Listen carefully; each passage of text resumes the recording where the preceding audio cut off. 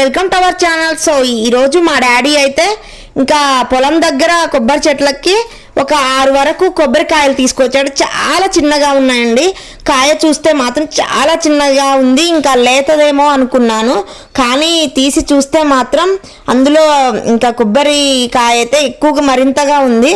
So గట్టిపడి చాలా పెద్దదిగా అయింది. చూడండి మీరే ఎంత మందంగా ఉందో కాయ అయితే.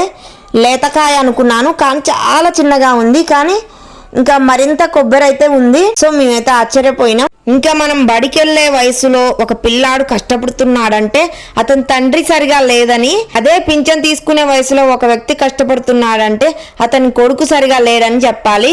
మా నాన్న ఇంకా కష్టపడుతూనే ఉన్నాడు చాలా. ఒక పెద్ద ధనవంతునికైనా కూడా అస్సలు లేని ఏమీ లేని అడుక్కునే వాడికైనా కూడా కడుపు నింపేది ఈ పట్టడన్నమే అండి. ఆ బువ్వను సృష్టించేది మాత్రం ఒక రైతు మాత్రమే. మా నాన్న రైతు అని గర్వంగా చెప్పుకోండి ఎవరైనా. అలా కష్టపడతారు మన కోసం.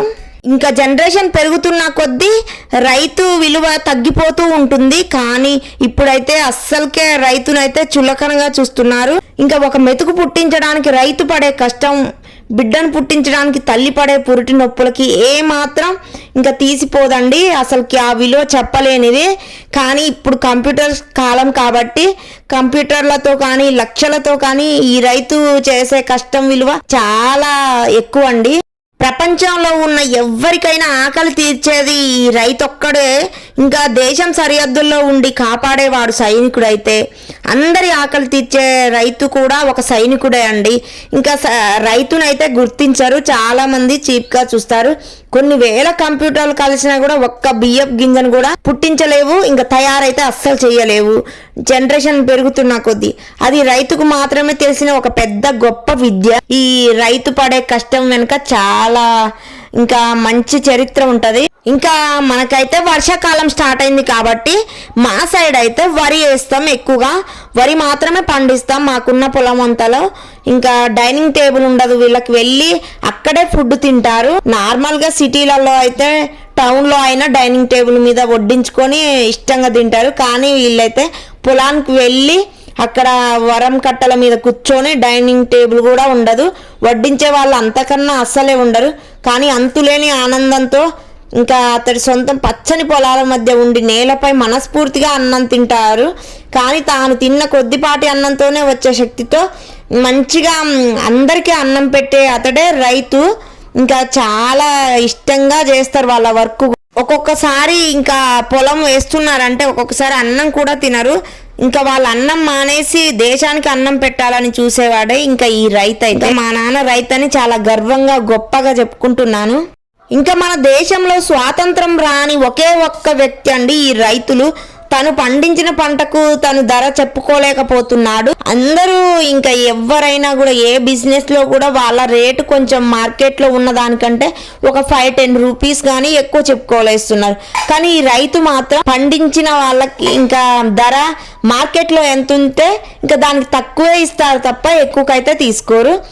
అంత కష్టపడినా కూడా విలువ లేకుండా ఉంది ఈ రైతుకైతే. మన ఇంకా ఇండియా నుంచి వరి ఇంకా రైస్ ఇతర దేశాలకు బాగా రైస్ తీసుకుపోతూ ఉంటారు మన దేశం నుండి. ఇంకా వేరే దేశంలో తక్కువగా పండిస్తారు. సిటీ కల్చర్ వాళ్ళైతే ఇంకా అసలుకి ఈ రైతు ఈ వ్యవసాయం ఎలా చేస్తారు, అసలు వరి అంటే ఏంటో కూడా కొంచెం మందికి అయితే అవగాహన అస్సలు ఉండదు. ఏసీలో బ్రతికే వారికి చెమట ఓ దుర్వాసనలా అనిపిస్తుంది, కానీ అది చిందిస్తేనే కడుపు నిండే వారికి అదో సుగంధ పరిమళం లాగా అనిపిస్తుంది. ఇంకా మనం ఎంత కష్టపడ్డా కూడా విలువ ఉండదు. ఇంకా మంచిగా కొబ్బరి అయితే చాలా వెళ్ళిందండి. ఈ కొబ్బరి అంతా తీసుకొని చట్నీ కానీ ఇంకా మంచిగా పంచదార కానీ బెల్లం కానీ వేసుకొని తినొచ్చు.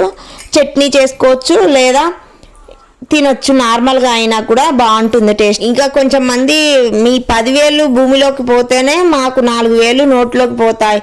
భూమి మీద రైతు అనేవాడు లేకపోతే మానవ జీవితకి అసలు మనుగడే ఉండదండి. నాగలి పట్టి ఎడ్లు కట్టి ఇంకా అప్పట్లో అయితే దుక్కి దున్ని నారు పోసి ఎడ్లు ఉండేవి, కానీ ఇప్పుడు ట్రాక్టర్స్ వచ్చాయి.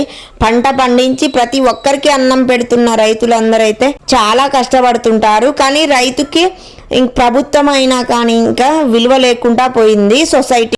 ఈ ఏడాది కూడా బాగా కురిసి వర్షాలు పంటలు బాగా పండి అందరి ఆకలి తీర్చే రైతులందరూ సంతోషంగా ఉండాలని మనసారా కోరుకున్నాం అందరం. సో ఇంకా మాకైతే కొబ్బరి అయితే తీసేసినాం, మొత్తం కూడా చాలా వచ్చింది, కొంచెం తిన్నాం.